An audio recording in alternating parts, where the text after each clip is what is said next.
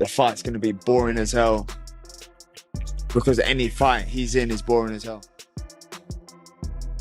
Shakur is a really good boxer. He's a good boxer, but it's nothing that stands out to me. It's just, okay, you know how to move, boom, boom, boom, but it's nothing like Tank or me or like somebody got to stand out. Like you're not just fighting I anybody. see boxers all the time. I've been watching boxers my whole life. I know the ones that are different. He's not different. Shakur will do everything, not even to get like an ounce of hitting. Like, he's scared to really lock in and get in there. Devin's not. But Shakur, that guy will put anybody to sleep outside the ring, not inside the ring, because he's the most boring fighter in the history of boxing. And they say whatever they want, they can hype him up and all that stuff, but I really feel bad for him because there's no way they could put him on pay-per-view. He can't sell a fight. Boxing experts are sharing their thoughts on Teofimo Lopez versus Shakur Stevenson, with many expecting Stevenson to lean on his movement and defensive skills. While some critics call his approach overly cautious and dull, others see it as a display of exceptional ring intelligence. Think about the criticism that Shakur gets. Like, people say that he's boring and all that. he's not entertaining. I mean, look, he's like an Andre Ward style. Andre Ward wasn't really that entertaining, but got the win. I mean, that's what boxing is all about. So I used to love watching Andre Ward fight because it was so punch perfect. I watched his footwork, how he moved to the right, to the left. And I trained with him as well, with Virgil. And I used to watch how he trained and how he fought. And I thought, how he puts his hands down and uses it as a defense and then pulls your hands down and catches you over the top. And them little things. So this is a fight that people get, because you got two different styles. You've got an offensive, defensive in Lopez, and you've got a defensive. As fans and analysts prepare for one of early 2020 SAXS most anticipated matchups, the conversation isn't just about who will come out on top, but also about how the action will play out in the ring. Explosiveness, I would have to go with Tio. When it comes to actual rapid speed, I would have to go with Tio. But when it comes to body punching, when it comes to good timing, when it comes to craft, I would have to give all of that to Shakur Stevenson. What do you think, Doug? They're both boxers. I look at Stevenson as a versatile technician.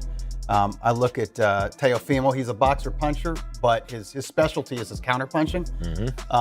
Listen, if Stevenson wants to be on his stick and move game, very difficult style matchup for Teofimo, and maybe not that entertaining to the fans. Because Stevenson's longer.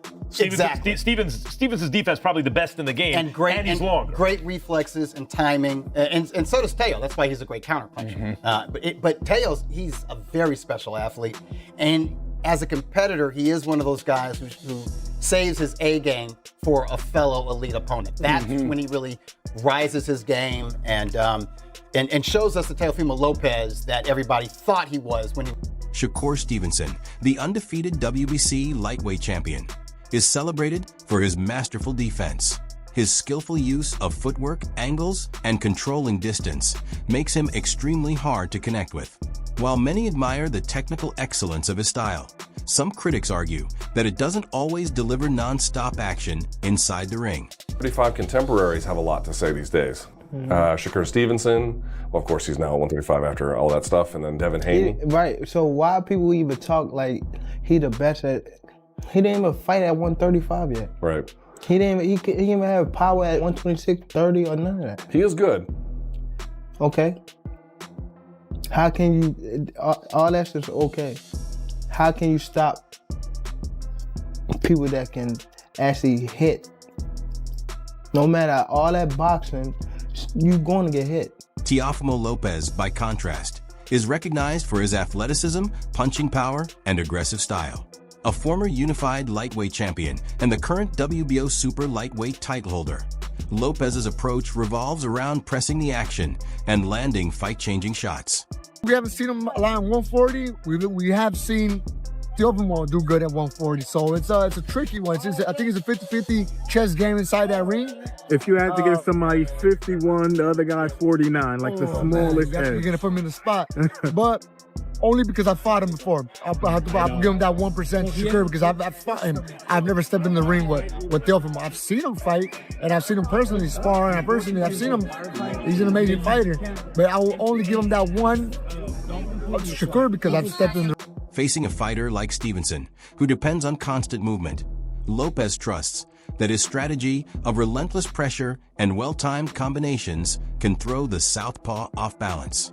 Number one, in boxing, so to speak, he's coming for my crown at the, super lightweight division. And honestly, nevertheless, it's all about the fans. Who has a better resume between you two guys, do you think? Man, I'll tell you again, honestly, it doesn't matter until we hang up the gloves. I think that we still have such a long, depending how well we do with our health, we got a long career ahead of us, man. So this is just something for everybody for 2026. We started off with a bang. And at the same time, Tim Bradley points out that Stevenson can maintain an aggressive approach, using his jab and feints to unsettle Teofimo and dictate the pace without constantly having to retreat. Boy, ain't got to really move. Yeah, it sounds crazy. Shakur can actually walk to Teo.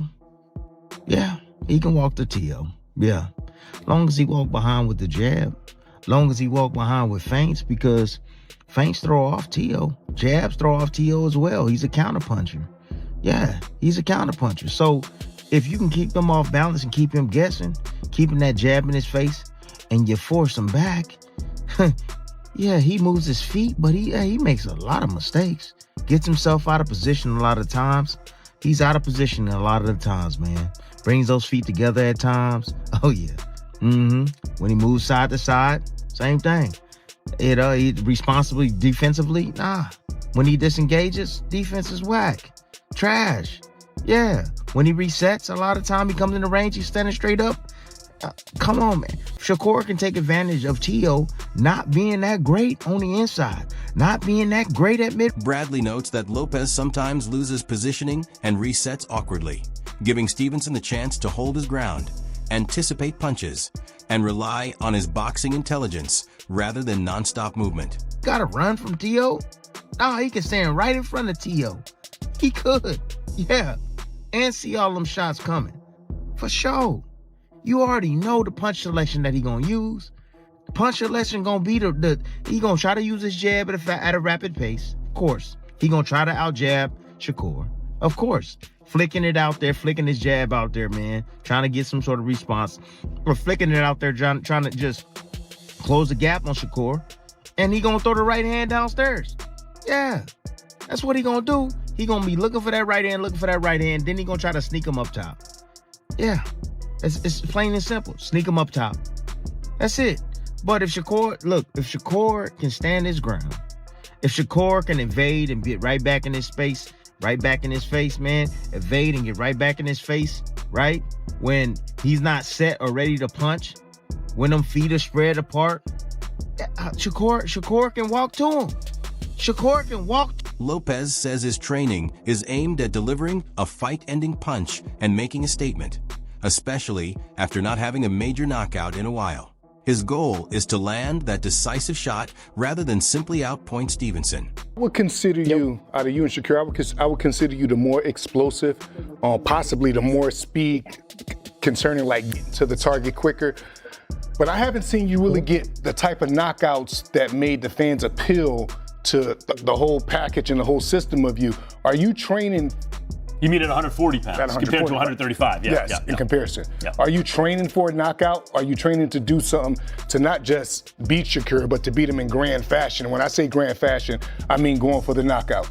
Well, I think that the whole thing is the Bible of boxing really is that if you look for the knockout, you won't get it. I think really it's just all about setting the good pace early in the beginning rounds and then going from there, setting that tone. I think that I don't see him going those 12 rounds. This is his first time moving up to 140. A lot of these guys can say a lot of things about me not knocking them out or whatnot, but they don't come and try to fight me after they feel this power. So it's for a reason. It carries. It does carry. I mean, I had a good showing with Arnold Barboza. He was #1, my mandatory, and he was too hesitant trying to commit to punches. So I think that it's just something that's going to be a rude awakening for Shakur. Hey, Doug, you hear that? He said the Bible of boxing. What else is called the Bible of boxing? Ring Magazine. And he's a two-division Ring Magazine champ. Great ambassador for those championship belts as well. Yep, absolutely. I'm very big on those things. I claimed 2 weight divisions, 2 Ring Magazine belts just at 25, and I'm 28 now. I've been defending my belts now.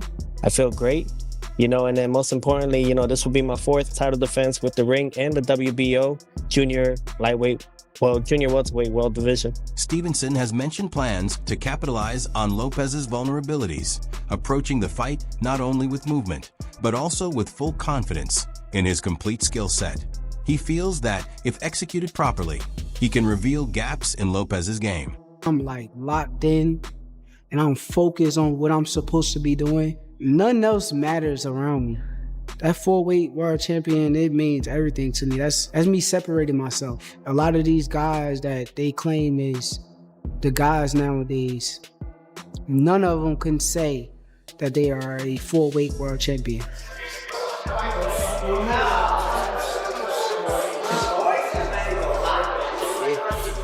He got a lot of weaknesses though. He's a very good fighter, but I do see a lot of weaknesses. He's not gonna correct them overnight. It's gonna be the same Teo that we done seen 1,000 times before. He's gonna come out there trying to perform highly, and I'm gonna take advantage of it. But as far as the weaknesses, I'm gonna keep them to myself.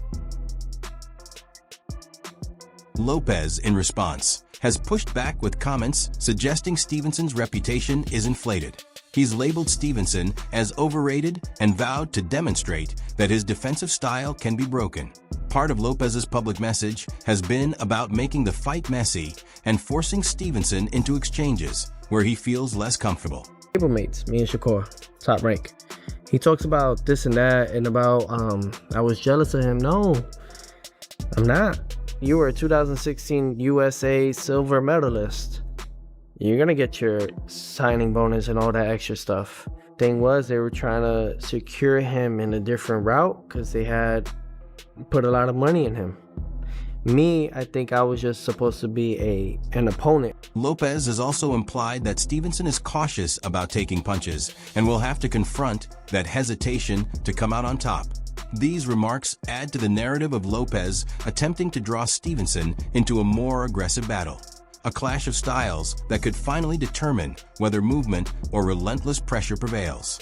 It's limitless though, you know, so then again, it's like I could always succeed to another level with it, you know, and exceed to it. So it's really just trying to just keep it going, you know, keep moving forward throughout the whole time and throughout the whole process, and mainly just have fun with it. You know, you gotta have fun with what you do. You know, I love this, you know. I haven't stopped doing what I've done because of the fact that I enjoy what I do. You know, this has been 20 years in the making, 20 years in this, you know, and I have so much to do and so much to prove within myself. So mentally, I'm prepared. Physically, I'm more than ready, you know, and emotionally, oh, I'm on fire, you know, I'm on fire with it, you know, because all I ever did was try to be great, you know, and it's no longer trying, I am. You know, I am great, and it's all about just continuing and holding that. So it's all about just staying humble throughout the process, keeping myself level-headed, and really just enjoying each day that we get because tomorrow's never. Shakur's left hook and Philly shell defense play a central role in his plan against Teofimo. The Philly shell helps him safeguard his head while remaining close enough to counter efficiently, allowing him to block or redirect punches without backing off. By staying calm and disciplined in this stance, Stevenson can patiently look for openings and time his counters more effectively. Yeah, Shakur going to that damn Mayweather defense, Philly shell, that left hook is coming. He gonna be looking for that mug all night long. That left hook, left hook, left hook. But just keep Teofimo off balance. That's all he gotta do is keep him off balance, man. Throwing them feints, fighting him off that jab, bro, it's gonna break his rhythm up, boy. He gonna struggle. He gonna have a hard time. But, you know, Kambosos didn't rush in at him.